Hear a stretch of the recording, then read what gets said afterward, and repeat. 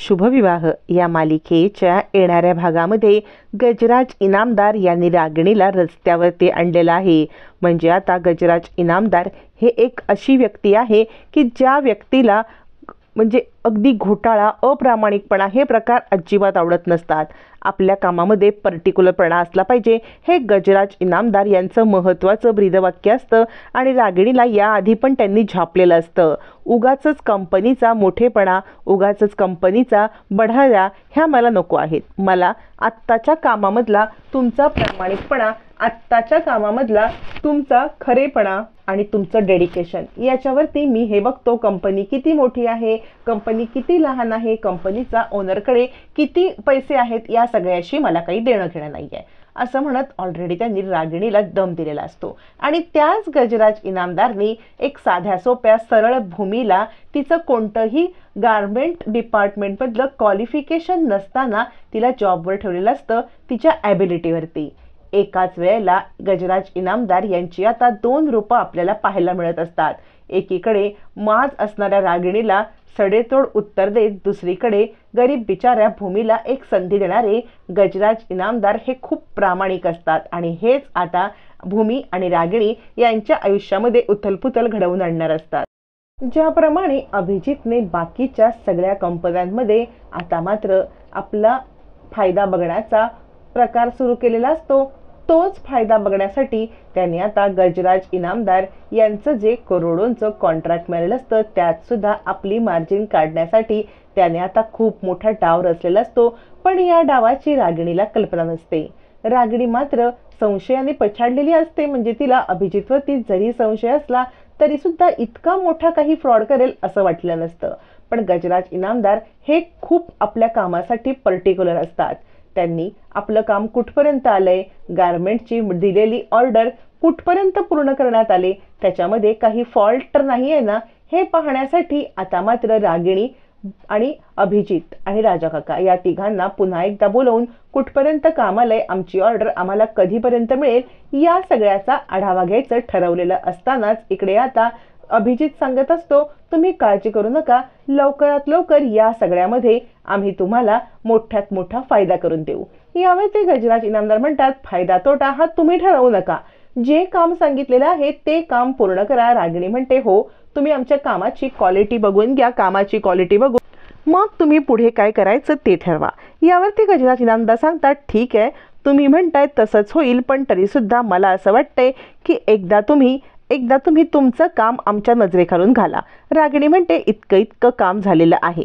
मग गजराज इनामदार म्हणतात, ठीक आहे उद्या मी तुमच्या महाजन फॅक्टरीमध्ये येतो, फॅक्टरीमध्ये कामाचं काय आउटलेट आहे किंवा कामाचं कसं स्वरूप आहे हे सगळं मी पाहून घेईन आणि त्यावरती मी ठरवेन की तुमचं हे कॉन्ट्रॅक्ट पुढे कंटिन्यू करायचं आहे की ब्रेकडाऊन करायचं आहे असं म्हणत गजराज इनामदार आता थोडेसे रूढच असतात, कारण त्याला रागिणी आणि इकडे अभिजित यांचं वागणं थोडंसं खटकत असतं।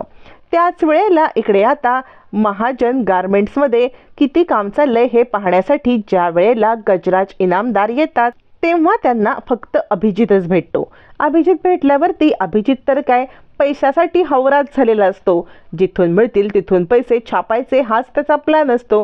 मग गजराज इनामदार हे आता आल्यावरती अभिजित त्यांना आपली नेहमीची ऑफर देतो आणि इथेच अभिजित अडकतो। गजराज इनामदार यांना अभिजितने सांगितलेलं असतं की या सगळ्यामध्ये तुम्हाला आमच्या कंपनीला थोडं जास्त कोटेशन वाढवून दिलं तरी पण चालेल।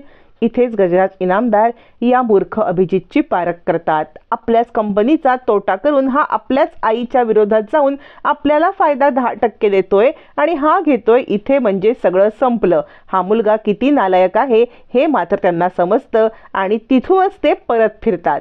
म्हणजे किती काम झालंय, काय झालंय हे महाजन गारमेंटमध्ये जाऊन पाहण्याच्या आधीच गजराज इनामदार तिथून परत पावली आपल्या इनामदार कंपनीमध्ये येतात, कारण एका फ्रॉड माणसासोबत बिझनेस करणं त्यांना पटतच नसतं। अभिजितला काहीच कळत नाही, आता रागिणीला काय उत्तर द्यायचं त्याला खूप मोठा प्रश्न पडतो। तो थोडासा घाबरतोच, कारण या सगळ्यामध्ये जर का रागिणीला सत्य समजलं तर मात्र आपली काही खैर नाही हे पण त्याला कळलेलं असतं। तसेच गजराज इनामदार मागे येतात आणि तोपर्यंत भूमीने इनामदार फॅक्टरीमध्ये काम सुरू केलेलं असतं। भूमीचा पहिला दिवस असतो। पहिल्याच दिवशी भूमीने आता गारमेंट फॅक्टरीमध्ये होणारा खूप मोठा अपघात टाळलेला असतो, कारण तिकडे असलेला एक जो गुंड असतो, ज्या गुंडाने आतापर्यंत त्या फॅक्टरीमध्ये स्वतःला आपलं वर्चस्व निर्माण करण्यासाठी अगदी एक गुंडगिरी करण्याचा प्रकार सुरू केलेला असतो. वाटेल तेव्हा काम करायचं, वाटेल तेव्हा काम करायचं नाही, वाटेल तेव्हा विडी फुकत बसायचं. भूमी सांगते, हे बघा, जर तुम्ही ही विडी फुकणं बंद केलं नाहीत, वेळोवेळी तुम्हाला सांगून पण हे चालू ठेवलं, तर मी मॅनेजमेंटला बोलून तुम्हाला कामावरून काढून टाकेन, असं म्हणत भूमीने त्याला सडेतोड शब्दामध्ये सुनावलेलं. आता हे सगळं गजराज इनामदार सर ऐकतात आणि भूमीबद्दल त्यांचं मत खूप चांगलं होतं. म्हणजे एवढीशी ही मुलगी पण ह्या गावगुंडासारख्या दिसणाऱ्या माणसासोबत भिडते, म्हणजे आपला जो पगार घेतोय किंवा आपण जे काम करतोय त्याचं 100% देण्याचा ती नक्कीच प्रयत्न करते, हे गजराज इनामदार यांना समजतं. आणि त्यांना कळतं की भूमीसारख्या प्रामाणिक इकडे आता मॅनेजमेंटची आपल्याला गरज आहे. गजराज इनामदार यांना प्रामाणिकपणा हा खूप भावत असतो आणि तिथेच भूमी त्यांच्या मनामध्ये एक प्रामाणिक एम्प्लॉई म्हणून घर करून जाते. आता मात्र इनामदार सर भूमीला बोलवतात. भूमीला बोलवल्यावरती ते भूमीला सांगतात, भूमी मॅडम, मी तुमचा कामाचा परफॉर्मन्स बघितला.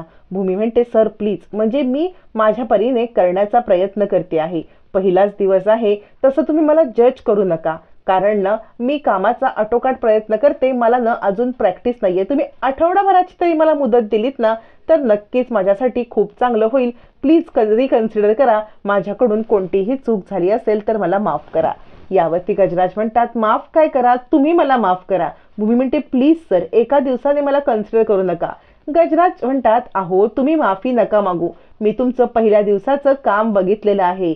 मी पाहिलं कशा प्रकारे तुम्ही त्या लोकांना धूम्रपान करू नये म्हणून मनवलं, कशा प्रकारे त्यांना विडी थुंकण्यासाठी किंवा विडी फेकण्यासाठी सांगितलीत, हे मी पाहिलेलं आहे. तुमचं काम वाखाणण्याजोगं आहे. मी तुम्हाला हेच सांगायला इथे बोलवलंय की या सगळ्यामध्ये मी तुम्हाला आता या आपल्या कामावरती परमनंट करतोय.